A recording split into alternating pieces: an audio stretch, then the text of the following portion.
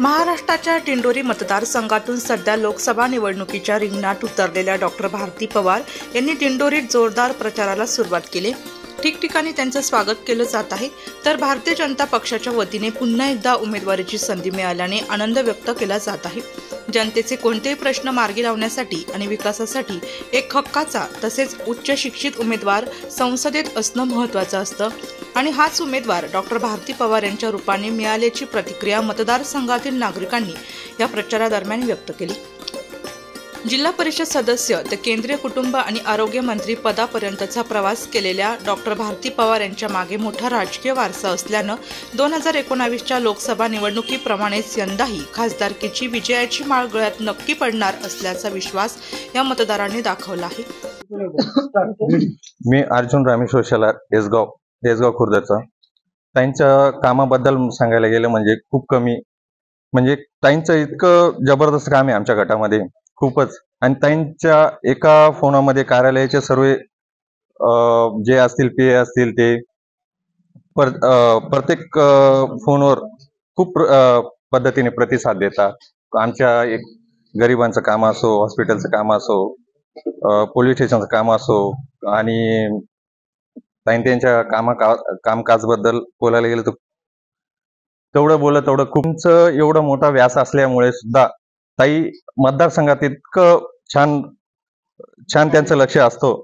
सामान्य कार्यकर्त्याचा जरी फोन आला ताई प्रतिसाद देता आणि त्या कामाबद्दल त्यांचं खूप मोठ्या प्रमाणे दखल असतो। थेट डायरेक्ट अधिकाऱ्याला फोन, थेट जर कोणाची दवाखान्याची अडचण असेल तिथं थेट फोन, आणि लगेच सामान्य माणसाचं सुद्धा काम होतं।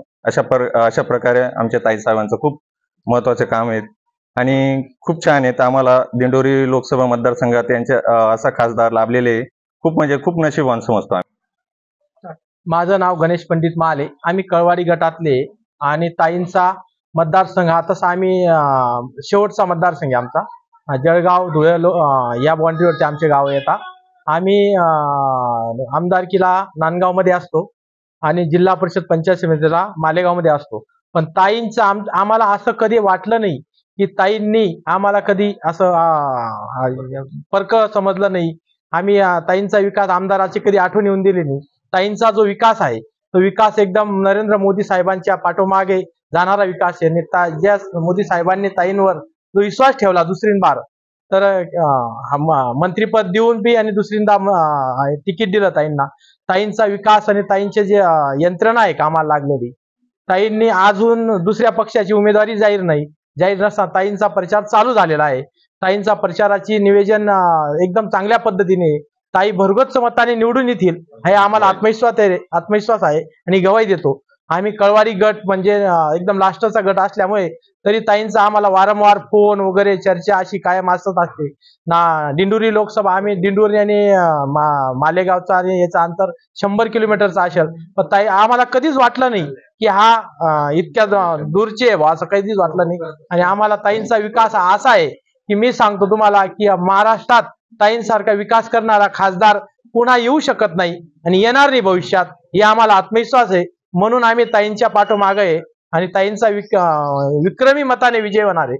माझ्या अंदाजानुसार 4 लाखाचा लीड ताईंना मिळू शकतो असा माझा अंदाज आहे। जसा गोपीनाथ मुंडे साहेबांची कन्यांचा जसा विजय झाला होता त्याच्यापेक्षा विक्रमी मतांनी विजय होणार आहे ताईंचा, हा आम्हाला आत्मविश्वास आहे। आम्ही कळवाडीकर। जय हिंद, जय महाराष्ट्र। वृत्तसंकलन विभाग, नाशिक लोकशाही न्यूज, नाशिक।